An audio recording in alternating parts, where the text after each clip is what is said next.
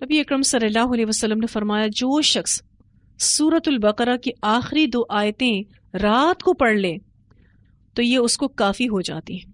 اسے بخاری نے روایت کیا ہے. یعنی اللہ تعالیٰ کی طرف سے مدد اس کے شامل حال رہتی ہے. اس دعا میں ہر مسئلے کا حل ہے.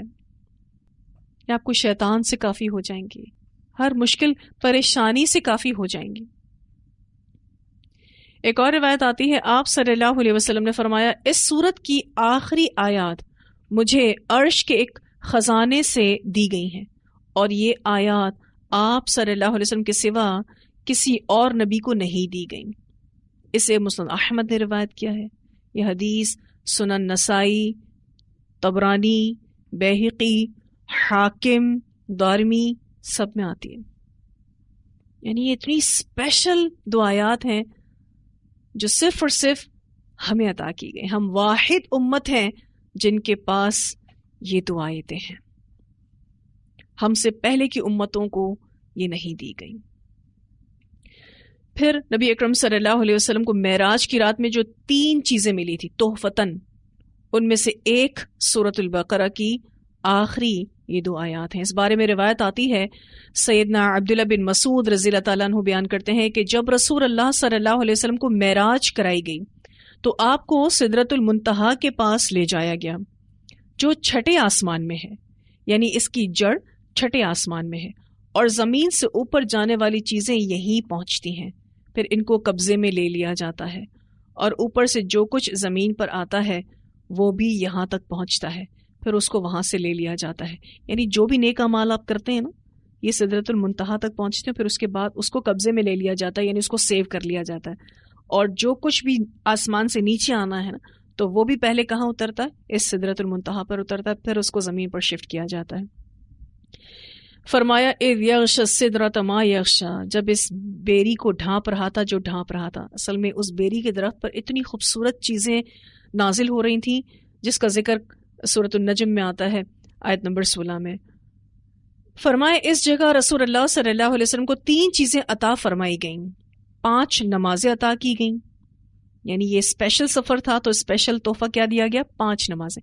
ایکچولی یہ 50 نمازیں تھیں جو فرض کی گئی تھیں، لیکن اس میں تخفیف ہوتے ہوتے یہ کتنی رہ گئیں؟ 5. لیکن پھر اللہ سبحانہ تعالیٰ نے نبی اکرم صلی اللہ علیہ وسلم سے فرمایا کہ یہ ہے تو 5 نمازیں لیکن اجر میں 50 کے برابر ہے، کیونکہ اللہ کے ہاں بات نہیں بدلتی. اللہ جو کہتے ہیں وہ حق کہتے ہیں، اللہ غلطی سے پاک ہے. اسی لیے اگر اس نے 50 نمازیں فرض کی تھیں اور تخفیف کر کے 5 کر دی ہیں، اجر وہ 50 کا ہی دے گا. تو 5 نمازیں عطا کی گئیں. دوسرا تحفہ سورۃ البقرہ کی آخری 2 آیات عطا فرمائی گئیں. اور تیسری چیز کہ آپ صلی اللہ علیہ وسلم کی امت میں سے جو شخص شرک نہ کرے اس کے ہلاک ہونے والے گناہوں کو معاف کر دیا جائے گا. اسے مسلم نے روایت کیا ہے. یعنی ہر موحد کی مغفرت کا وعدہ دیا گیا، جو بھی توحید پر رہے گا اس کے گناہوں کو معاف کر کے اس کو جنت میں داخل کر دیا جائے گا. پھر یہ اتنی اسپیشل آیات ہیں کہ جب یہ نازل ہوئی تو آسمان کے دروازے کھل گئے اور الفاظ یہ آئے ہیں حدیث میں فتحت لہا ابواب السماء عند نزولها. اس بارے میں روایت آتی ہے، سیدنا عبداللہ بن عباس رضی اللہ تعالیٰ عنہما بیان کرتے ہیں کہ ایک روز سیدنا جبرائیل علیہ السلام رسول اللہ صلی اللہ علیہ وسلم کے پاس بیٹھے ہوئے تھے کہ انہوں نے اپنے اوپر سے ایک زوردار آواز سنی. انہوں نے سر اٹھایا، پھر فرمایا یہ آسمان کا ایک دروازہ ہے جو آج کھولا گیا ہے، آج سے پہلے کبھی نہیں کھولا گیا. پھر اس دروازے سے ایک فرشتہ نازل ہوا. جبرائیل علیہ السلام نے فرمایا یہ ایک فرشتہ ہے جو آج زمین کی طرف نازل ہوا ہے اور آج سے پہلے کبھی نازل نہیں ہوا. پھر اس فرشتے نے رسول اللہ صلی اللہ علیہ وسلم کو سلام کیا اور کہا 2 نوروں کی خوشخبری سنیے. یہ 2 نور صرف آپ کو عطا کیے گئے ہیں، آپ سے پہلے کسی نبی کو عطا نہیں کیے گئے. ایک نور سورۃ الفاتحہ اور دوسرا نور سورۃ البقرہ کی آخری آیات ہیں. آپ جب کبھی ان دونوں میں سے کوئی کلمہ تلاوت کریں گے تو آپ کو مانگی ہوئی چیز مل جائے گی. اسے مسلم نے روایت کیا ہے. آپ دیکھیں، آپ سورۃ الفاتحہ میں بھی دعا مانگتے ہیں، اہدنا الصراط المستقیم صراط الذین انعمت علیہم غیر المغضوب علیہم ولا الضالین. اور اسی طرح سے سورۃ البقرہ کی آخری آیات میں آپ دعا کرتے ہیں ربنا لا تؤاخذنا ان نسینا او اخطأنا ربنا ولا تحمل علینا اصرا کما حملته علی الذین من قبلنا ربنا ولا تحملنا ما لا طاقۃ لنا به واعف عنا واغفر لنا وارحمنا انت مولانا فانصرنا علی القوم الکافرین.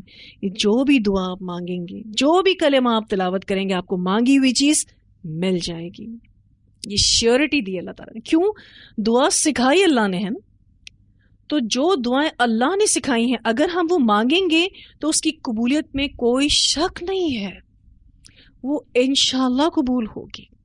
کتنی پیاری یہ آیات ہیں الحمدللہ. پھر یہ کہ آپ صلی اللہ علیہ وسلم نے ان آیتوں کے آخر میں آمین کہنے کی ترغیب دی ہے. حضرت معاذ رضی اللہ تعالیٰ عنہ اس سورت کے خاتمے پر آمین کہا کرتے تھے. آمین کا کیا معنی ہے؟ یا اللہ تو قبول کر لے.